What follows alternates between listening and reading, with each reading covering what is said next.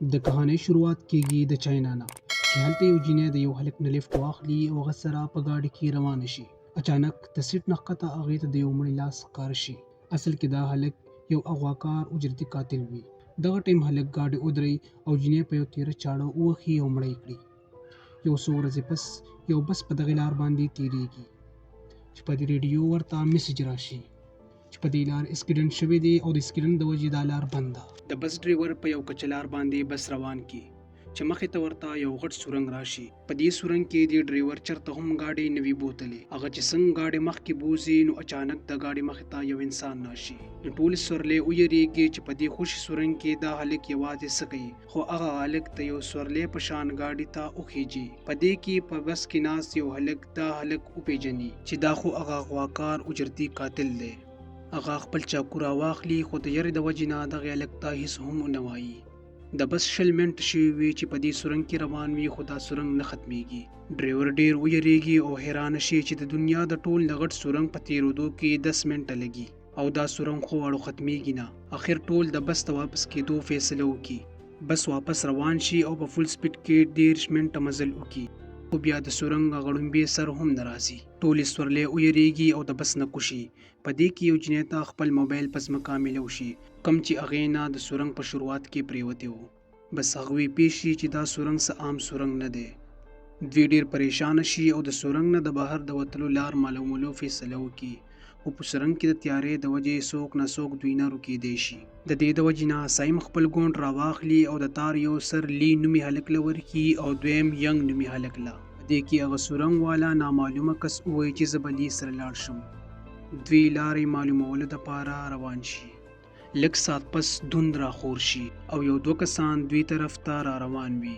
دوی ویریږي او هغوی ته د ځان د مقابلې دپاره تیار کړي، خو هغه بل څوک نه، د دوی ملګري لی او هغه نامعلومه کس وي. دا سورنګ سیده وي خو پته نشته دوی ځوي بل خوا او راځي هغه خپل ځای ته واپس. دلته کې دا ټولې سورلۍ ګیرې شي او د دې وجې نه لی خپل د خوراک ټول سامان په خپلو ملګرو تقسیم کړي. دغې نه پس 4 کسان د لارې معلومولو دپاره روان شي او ښځې او ماشومان په بس کې پرېږدي.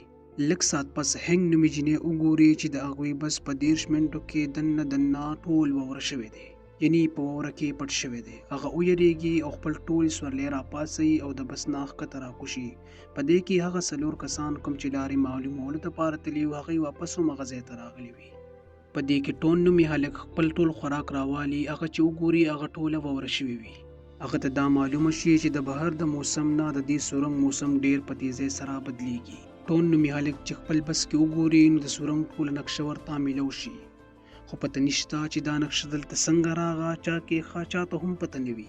ټون چې څنګه په دې نقشه ځان پیوي نو د سورنګ ټول لیټونه بند شي او اچانک لی نومي هلک هم غایب شي. هلته د وینې داغونه وي. ټول په هغې پسې روان شي او یو کرک دیوال ته ورسي. دوی هغه دیوال مات کړي او د هغې نه اخوا یو عجیبه کمرې ته وردننه شي چې په هغې کې د ورک شوي خلکو تصویران لګېدلي وي. په دغې کمره کې دوی ته یو بله نقشه میلو شي چې د هغې نقشې مطابق دلته کې 6 سورنګونه دي او هغه یو بل سره میلو دي، یعنی بهر ته د وتلو دپاره به دوی 6 سورنګونه پار کوي.